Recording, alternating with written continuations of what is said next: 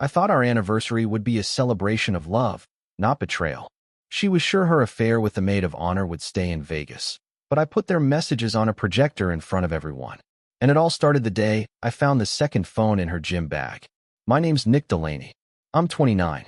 I design for a living, logos, layouts, brand identities. I spend most days making things look better than they really are. Fitting, right? Caroline is 27. She's the kind of woman strangers stare at, not because she's flashy, but because everything about her is curated.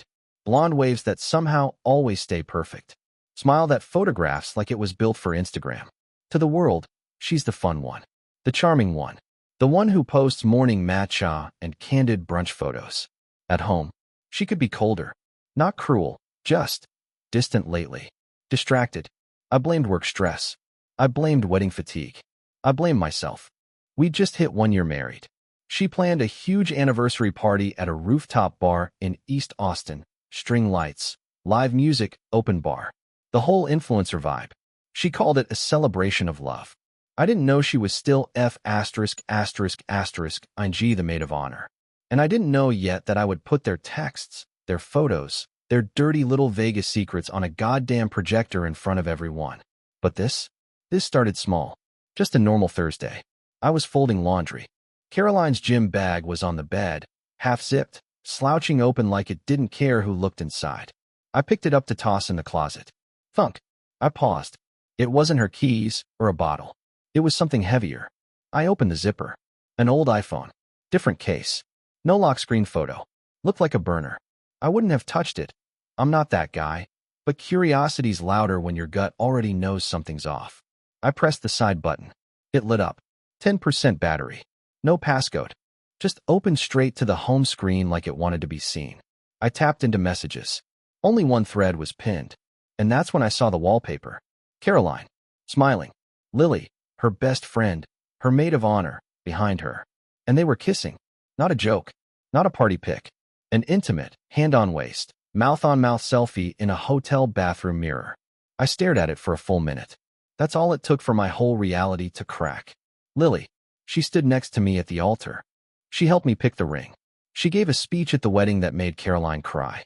And they were kissing. On her phone. On this phone. I locked it. Slipped it back into the bag. Zipped it shut. I didn't tell her. Not yet. I made coffee. Sat at the table. Pretended everything was fine. But something inside me started calculating. The messages went back to the bachelorette party in Vegas. And every word felt like a knife pressed under my ribs. I waited until she left for her Friday yoga class. The one that always runs long, but somehow leaves her glowing and guilt-free. I didn't hesitate this time. I opened the second phone and went straight into the messages. The pinned thread, Lily kiss mark sweat droplets. Fitting. The text went back months. The first one was from the night of her bachelorette party in Vegas. 3 days before our wedding. Lily, you looked so hot tonight. Caroline, you're drunk. Lily, and you're married in 72 hours. So let's make this our last bad decision. Caroline, meet me in the suite in 10. I stopped breathing. I swiped up, slowly, like peeling back skin. Photos. Videos. Inside jokes. A language they built without me. Caroline, he has no idea. Lily, he never will.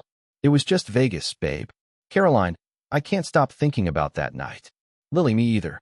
My thighs are still Sir LMAO. I got up, walked to the sink, splashed cold water on my face like it would wash the nausea off. But I kept reading. Because I had to know. The affair didn't stop after the wedding. That was the lie they told each other in between emojis and nudes. It didn't stay in Vegas. It followed us home. Into our new apartment. Into the guest room when Lily crashed after girls' nights.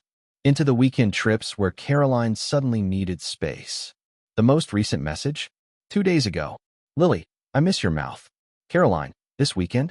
Nick's out for a client pitch. Lily, bring the white set winking face. That white set was our honeymoon lingerie. The one I never saw again after the first night. My hands were shaking. Not with sadness. With something colder. Colder than heartbreak. Colder than betrayal. I wasn't just cheated on. I was mocked. They used me like a background extra in my own life. Like a set piece for their twisted little game. And I couldn't stop thinking about one message from early on. Caroline, don't feel guilty. He's too sweet to ever suspect anything. Too sweet. Right. I locked the phone, placed it back exactly where I found it. Then I opened my laptop and started planning. Don't worry, he'll never find out, Lily wrote. But I had. I used to like Lily. Back when I thought she was just the wild best friend. The one who told raunchy stories over brunch and bought Caroline lingerie as a joke.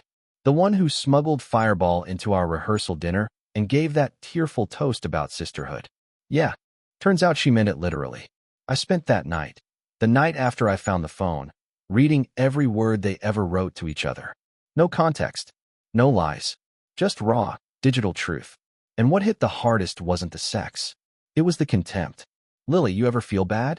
Like, just a little? Caroline, about what? Sleeping with you? Lily, about him. Caroline, he still thinks you're a saint. Lily, I am. I just also happened to be riding his wife. I had to stop and reread that one. Twice. It was all there. The jokes. The arrogance. The sheer goddamn comfort of it all. They used words like safe, secret, never find out. Like I was a puppy chasing his own tail in the background. Caroline, honestly, it's like, he's sweet, but kind of pathetic sometimes. Lily, the way he gets all excited about your Instagram reels. LMAO. Caroline, OMG stop. I swear, if he tries to film another cooking date night, I'm filing for boredom-induced divorce. That one hit differently. Because I did film that cooking night. Pasta, candles, music. I set up a tripod. Thought it would be a cute reel. She smiled through the whole thing. Said it was so romantic. Meanwhile, she was texting Lily in the bathroom between takes. Caroline, you'd look better covered in flour than him TBH. I should have been devastated. Instead, I started smiling. Not the good kind. The kind that creeps in when something inside you finally snaps. Quiet, deliberate, surgical. Because here's the thing. I'm not stupid. I'm a designer. I don't just make things look good, I tell stories. I manipulate mood, light, tone. I know how to make people feel something. They thought I'd cry. They thought I'd stay soft. Stay loyal. But that night, as I copied every text and photo into a hidden drive, I started to imagine something else. A party. A crowd. A screen. And a memory reel no one would forget. They planned a lavish one-year anniversary party. I planned something better. She called it our love party. Swear to God. Caroline waltzed into the kitchen with her phone in one hand and a Pinterest board in the other. She wore one of those oversized sweaters that fall just off the shoulder, the kind that makes you forget how cold her heart really is. Nick, she said, smiling, what do you think of a rooftop garden vibe? Lots of fairy lights. Soft jazz. Maybe lavender cocktails? I sipped my coffee and nodded. Sounds beautiful. She kissed my cheek like nothing was wrong. Like I hadn't read every filthy, mocking word she'd ever sent to Lily. We deserve something unforgettable, she said. Unforgettable. She had no idea how right she was. I watched her scroll through photos of venues and caterers, laughing at the thought of her mother trying oysters for the first time. She even made a playlist. Called it Caroline plus Nick Forever. The performance was Oscar-worthy. But mine was better. Every nod. Every laugh. Every gentle hand on her lower back. It was all part of the script now. I wasn't the heartbroken husband anymore. I was the director. An opening night was coming fast. The venue she chose was perfect. Rooftop bar in East Austin. Industrial chic. Brick walls, string lights, panoramic views of the skyline. She loved it because it was so on-brand. I loved it because it had a built-in projector system. Caroline didn't notice when I asked the manager if I could run a little slideshow. Something personal, I said, smiling. Memories. Photos. Our first year. She lit up. Oh my God, that's so sweet. You're such a romantic. Right. A romantic. That's what they always say about the guys they underestimate. While she obsessed over cocktail napkin fonts, I was building something else. A presentation file. Messages, screenshots, voice notes. Photos they'd taken and forgotten. I hadn't. I designed the slides like a love story. It looked like a reel of our anniversary highlights. First date. Proposal. Wedding. Then, Vegas. Screenshots of Lily's I miss your mouth. Text fading in over a romantic photo of the Bellagio fountains. A photo of Caroline in her white honeymoon lingerie, sent to Lily. A video clip of them laughing in bed. The timestamp, 3 weeks after we got married. And then the messages. Oh, the messages. Formatted like wedding vows. White text on a black screen. Deliberate. Clean. Unforgiving. Caroline, he still thinks I'm a saint. Lily, He's just happy to be loved. Sad, really. Caroline, I should win an Oscar for this shit. You will, I thought. Opening night is coming. She asked me what I was working on one night as I shut my laptop. Just a little surprise for the party, I said. She grinned. God, I love you. I kissed her forehead. Yeah, I said. I know. I design for a living. This time, I was designing humiliation. Most people think revenge is loud. Screaming. Smashing. Burning it all down. But me? I've always believed the most brutal revenge is quiet. Beautiful. Precise. Something they don't even recognize as a weapon until it's already inside them. I'm a designer. I spend my life arranging elements, color, space, timing, until they tell the exact story I want them to tell. And this story? This one was going to end with an entire room gasping in unison. I spent hours on the file. Named it memory_real_final_final_3 because nothing screams harmless like chaotic file names. The intro was soft, sentimental. Our first date selfie, cropped with a soft blur. Instrumental piano track fading in. A few photos from the wedding. Her favorite ones, the ones she loved to show off. Then a slow dissolve to Vegas. Not a sudden shift. No jump cuts. I made it gentle. The same way Caroline eased into betrayal. From a boomerang of champagne in a limo to a text that said, I can still taste you. Lily's name wasn't shown right away. I let the audience fall in love with the image of us first. Then I began pulling the thread. The trick was to match her aesthetic. That influencer chic, soft pink, filtered world vibe. I made her lies look beautiful. The message overlays? Transparent white bubbles. Matching her usual font. Her words, he's so oblivious LOL, floating above a boho rooftop photo of us clinking cocktails. Romance, with rot underneath. Even the audio clips were clean. Faded in like a voiceover from a wedding video. Lily's voice. God, you're gonna make me fall in love with you. Caroline laughing. Shut up. We're just having fun, remember? It was damning, but it was elegant. No blood. Just silk ribbons that strangled. I tested it on my own. Once in the middle of the night, with headphones on and the lights off. And I felt nothing. That was the scariest part. I didn't cry. I didn't scream. I just watched it play like a client project. Fix this transition, shift that timing, tweak the fade out. The slideshow ended with a single black screen. To love and to cherish. Until she flew to Vegas and ed her maid of honor. Fade to black. End of file.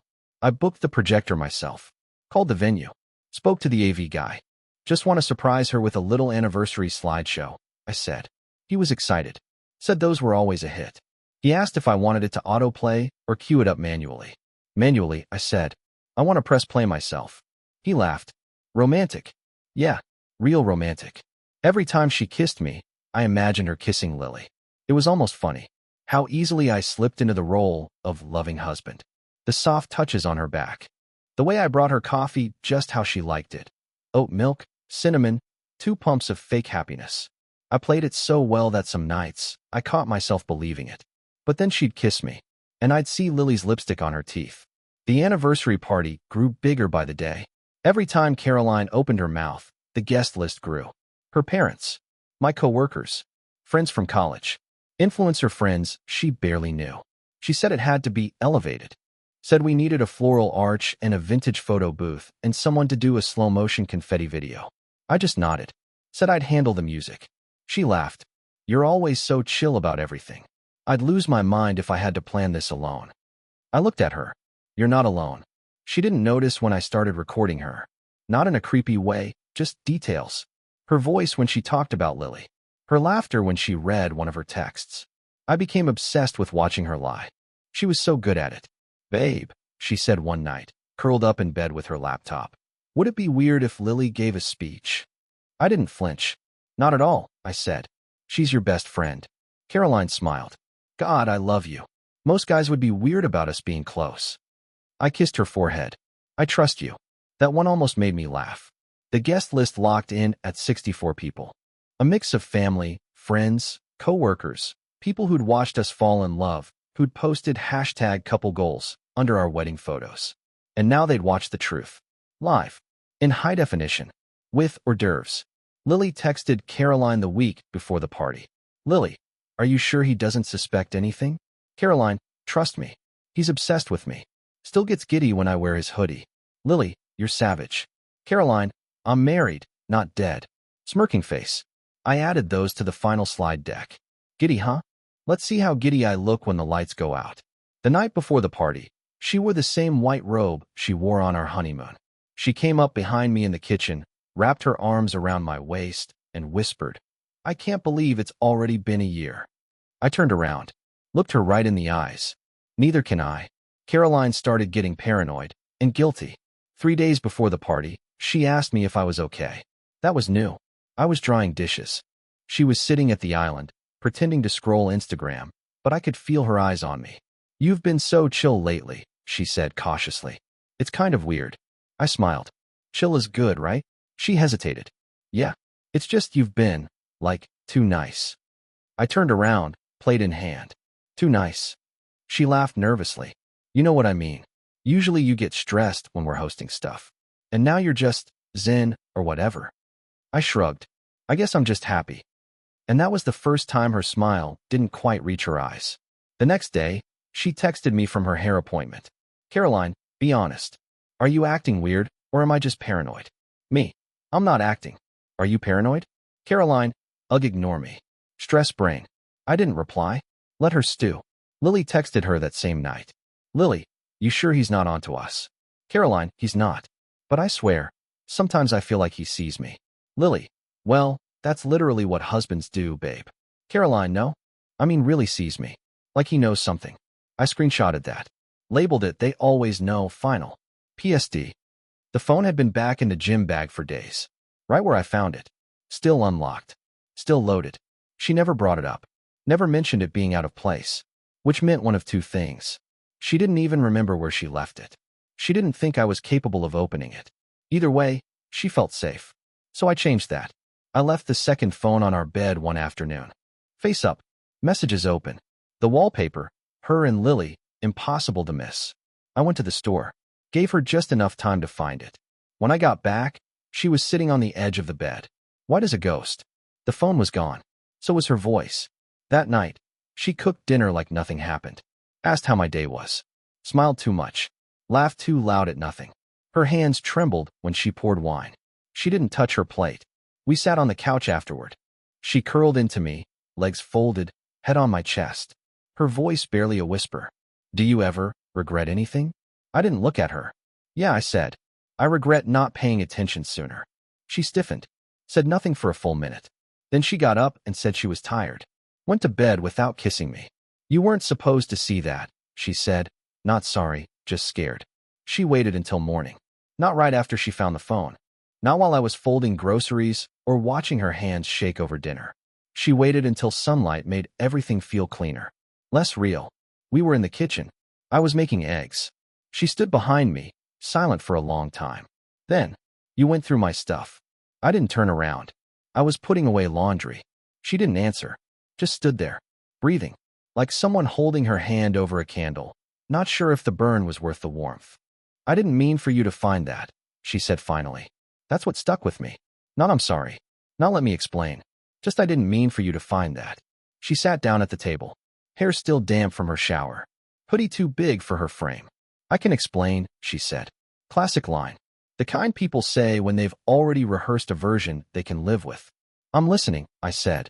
She fidgeted with the edge of a napkin. Tore it without realizing. It was one time. Vegas. The bachelorette party. It was stupid. I raised an eyebrow. One time. She nodded quickly. Too quickly. We were drunk. I was emotional. It didn't mean anything. I leaned against the counter, arms crossed. And the messages from 2 days ago? She blinked. Went pale. I didn't mean for it to keep going. I swear. It was just confusing. Confusing, I repeated. She kept pushing. She said she missed me. And I guess I didn't shut it down fast enough. She looked up at me then. Tears in her eyes. Not sadness. Panic. If you'd just talk to me instead of spying. I laughed once. Cold. Short. Spying. You ambushed me. She snapped, the panic sharpening into anger. You invaded my privacy. That was the moment I knew she wasn't sorry. She was cornered. And when people like Caroline feel the walls closing in, they don't confess. They attack. You betrayed me, I said quietly. And your first instinct is to blame me for finding out? She opened her mouth, then closed it. I stepped closer. What else are you lying about? Nothing, she whispered. You mocked me in those messages. I didn't mean it. You laughed at how pathetic I was. How easy it was to fool me. Her face crumbled. I didn't mean any of that. It was just venting. You don't understand how stressed I was. The wedding, the pressure. The wedding you were cheating before. I cut in. She stood up suddenly, her chair scraping hard against the floor. I made a mistake, Nick. A stupid, disgusting mistake. But I love you. I chose you. She reached for my hands. I let her. She started crying for real then. Or at least made it look good. I'll end it, she said. I'll cut her off. I'll do whatever it takes. Please just don't give up on us. I looked down at her, eyes wide, voice shaking. A broken woman trying to glue the mask back on before it shattered completely. I forgive you, I said. Her breath caught. You do? I nodded. I forgive you, I repeated. But we're not done. She looked stunning. So did my presentation file. The weather was perfect. Mid-70s, golden lights stretching across the rooftop, breeze just strong enough to flirt with the string lights. Caroline had joked the universe was blessing our forever. I just smiled. Let her believe that. Let her take selfies with the florist, sip champagne while the DJ tested the speakers, laugh with her cousin about how extra the cake was. I kept to myself. Watched the AV guy set up the projector. Check my file one last time. Memory_real_final_approved_V6. Clean. Ready. Loaded on a USB drive shaped like a silver heart. Caroline picked it out herself. Said it'd be cute to save our memories on it. Yeah, real cute. Guests started arriving around 5. Her parents, already tipsy from a pre-party toast. My coworkers, mingling with her influencer friends in floral dresses and filter-perfect tans. Everyone complimented the decor, the vibe, the couple. She clung to me all night, like she was afraid to let me too far out of arm's reach. I played my part, whispered in her ear, kissed her cheek, told her she looked beautiful, because she did. Even traitors can look like goddesses when they're properly lit. At 6:43 p.m. Lily arrived. Late. Deliberately. She wore red. The kind of red you wear when you want everyone to look at you and pretend you don't want them to. Caroline's smile faltered for half a second when she saw her. Then she recovered. Air kiss. Nervous laughter. Whispered greetings. I watched them closely. Lily kept looking around, like the rooftop held landmines. She didn't hug me. Didn't even make eye contact. Smart girl. Caroline introduced the party with a little speech. Thanked everyone. Talked about a year of love, growth, and trust. Said we were stronger than ever. I clinked my glass to hers. Tasted metal behind the bubbles. Around 8:15, the sun dipped low. Time for the real. Caroline looked at me and smiled. This is your surprise, she whispered. I kissed her hand. Then I walked to the AV table and handed the tech my silver heart-shaped drive. He plugged it in. The lights dimmed. A hush fell. Caroline leaned against me. Lily looked for the nearest exit. Lily toasted to friendship, secrets, and sisterhood. Everyone laughed. I didn't. The lights were still dim when Caroline grabbed the mic. Her smile was wide, glossy, and slightly off. She gave a little thank you speech, sweet, gushy, all the right buzzwords. Love, partnership, journey, future. People clapped. Someone whistled. She reached for my hand, and I took it. Then she passed the mic to Lily. Say something, she said, almost daring her. And Lily, who used to own every room she walked into, hesitated. Then she took the mic and smiled like nothing had ever gone wrong. Hi everyone, Lily began. I wasn't going to say anything, but then Caroline gave me that look, so, a few laughs. She cleared her throat. I've known Caroline since high school, and she's always been the kind of person who makes everything a little brighter, a little louder, a little more fun. Nods, more smiles. I watched Caroline shift slightly in her heels. Lily's voice dropped just a touch. She's also someone who keeps secrets like a vault. Ride or die, loyal to the core. Caroline laughed too quickly. Don't hype me too much. But Lily didn't stop. And I think that's why tonight matters so much.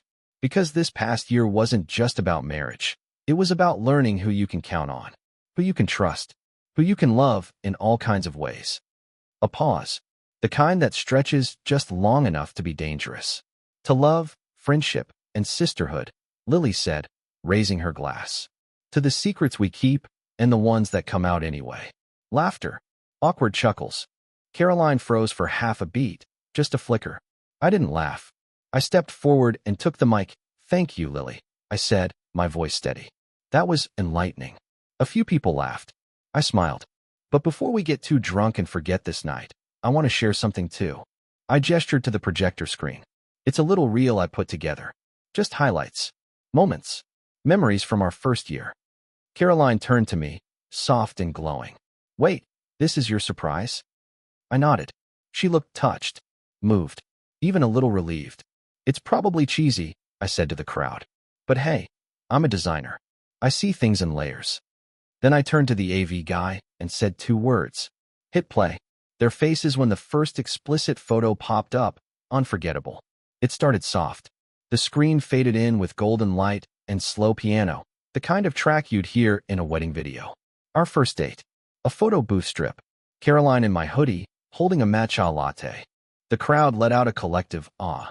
She leaned into me, whispering, "This is already perfect." I kissed her temple. The next slide showed our wedding. She gasped, happy, surprised. A shot from the vows. The kiss. Our first dance. That moment where we looked like everything would last forever. Then came Vegas. The screen didn't glitch. It transitioned smoothly. Same music, same soft fade. But the photos had changed. Girls in the limo. Lily with her legs draped over Caroline's lap. Still playful. Still plausible. Until the text messages appeared. White bubbles on black background. Center aligned. Elegant. Deadly. "Lily, you looked so hot tonight." "Caroline, you're drunk." "Lily, so are you. Meet me in the suite in 10. The crowd fell silent. You could feel it, that subtle shift. A nervous laugh near the back. Then came the bathroom selfie. The wallpaper from the second phone. Caroline. Lily. Locked in a kiss. Hands tight around each other. The timestamp? 3 days before the wedding. I heard someone drop a glass. It shattered like a gunshot. Caroline stood frozen, mouth slightly open, blinking fast. Lily didn't move. I kept my eyes on the screen. Next slide. Caroline. He still thinks I'm a saint. Lily. He's too sweet to ever suspect anything. Caroline. I should win an Oscar for this shit. Her father stood up, slowly. My boss muttered something to his wife. Someone whispered, "Oh my God." Then the audio started. A voice recording. Lily's voice, breathless, giggling. "You keep kissing me like that, and I'll forget you're someone's wife." Then Caroline's voice. "Then maybe I'll forget it too." Caroline stumbled toward me. Her voice was barely audible. "Nick, please, stop it." I turned to her. She looked like she couldn't decide whether to cry or scream. The crowd watched, caught between fascination and horror. "Stop," I said calmly. "I'm just getting to the good part." Next slide. Photos of their recent texts. The white set. The plans for last week. Lily. He still doesn't know? Caroline. He's obsessed with me. Still gets giddy when I wear his hoodie. I looked at her. "That hoodie? You wore it this morning." She tried to grab the remote from the AV guy. Too late. The final slide was already fading in. To love and to cherish. Until she flew to Vegas and ****ed her maid of honor. Asterisk. Silence. So quiet I could hear someone's ringtone buzz awkwardly in their pocket. I took a breath. Then I smiled. And walked out. She called 17 times. I didn't answer once. By the time I got home, my phone had already turned into a weapon. 17 missed calls. 9 voicemails.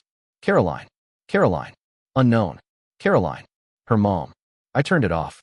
Not because I couldn't handle it, but because I didn't need to hear another version of her voice breaking. I already heard it once. That was enough. I didn't sleep. Not out of guilt. Not even adrenaline. I just lay in bed, staring at the ceiling, wondering what the group chat looked like. All her curated friends. The brunch girls. The yoga crew. Her coworkers who had tagged our anniversary as #couplegoals. What were they saying now? Had they already deleted the posts? Were they texting each other in disbelief? Or worse, saying they always suspected something? Caroline's voice on voicemail was raw. "Nick, I can't believe that you'd do this to me. To us. Can we just talk, please?" Then, "You humiliated me in front of everyone I love. I trusted you." That one almost made me laugh. She trusted me? To keep swallowing it? To keep pretending? No. She trusted me to stay nice. To stay blind. She forgot that even the quiet ones have limits. Her parents called, too. I didn't answer. Let them sit in it. They'd always thought I was beneath her anyway. Too quiet, too soft, not flashy enough for their Instagram-worthy daughter. Maybe now they'd realize I was exactly what Caroline needed. Someone who wouldn't flinch when the mask cracked. Someone who'd burn everything she built with her bare hands and call it art. Around 11 a.m., Lily posted on Instagram. Black background. White text. At least I was honest. No caption. No comments. But I saw it. So did everyone else. She always did know how to twist the knife while looking clean. That afternoon, I got a message from Caroline's cousin. I don't know what the hell happened last night, but holy shit. That was the most brutal thing I've ever seen. Are you okay? I didn't answer, but it made me wonder. Was I okay? I didn't feel victorious. I didn't feel numb. I felt free. Like I'd finally dropped a weight I didn't realize I was carrying. At 7:13 p.m., Caroline showed up at my apartment. I didn't answer the door. She stood out there for a while. I watched through the peephole. She looked smaller than I remembered. Not physically, just diminished. Like shame had stolen her posture. She knocked once more. Whispered, please. Then left. No more calls after that. Divorce is easier when you have receipts. I filed on a Monday. Walked into my lawyer's office with a flash drive full of evidence and zero hesitation.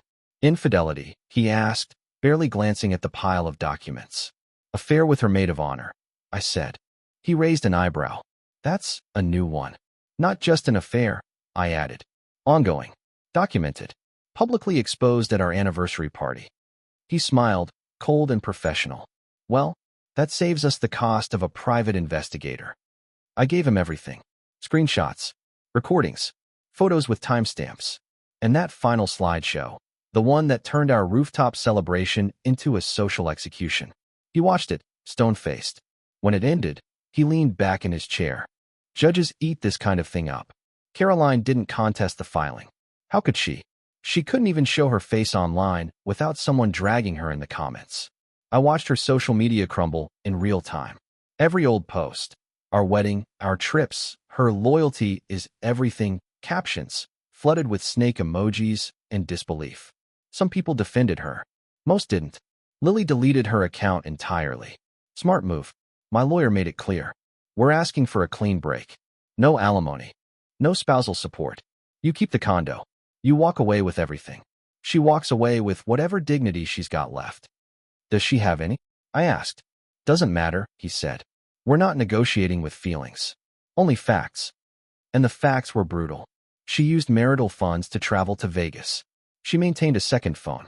She exposed me, publicly, to emotional damage, humiliation, and reputational harm. All of it was documented. All of it was presented.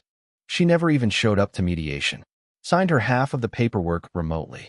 I heard through her cousin that she'd moved in with her sister across town. Quiet. Humble. Off-grid. I didn't care. I wasn't tracking her anymore. I was cleaning the mess. And making sure it couldn't touch me again. There was one last clause I had added. It was small. Tucked into the agreement like a paper cut.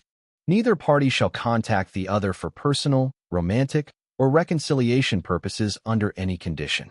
She signed it without protest. Maybe because she knew what would happen if she didn't. Maybe because she'd finally figured it out. I wasn't sweet anymore. I wasn't nice. I was done. Freedom tastes better than forgiveness. The first night in my new apartment felt quiet. No candles lit for show. No curated throw pillows. No scent diffusers labeled serenity. Just me, a mattress on the floor, and takeout boxes stacked like trophies on the counter. And for the first time in a long time, I slept through the night. I didn't post anything. No cryptic captions. No petty shots. Let them guess where I was. Let them wonder if I was shattered or glowing or moved on. I wasn't any of those things. I was free. My mornings were mine again. Coffee exactly how I liked it. Black. Burnt. No oat milk in sight. No pretending to like yoga. No holding ring lights while she filmed, just one more take. I took on more freelance work. Started drawing again. For fun this time. I even got a dog.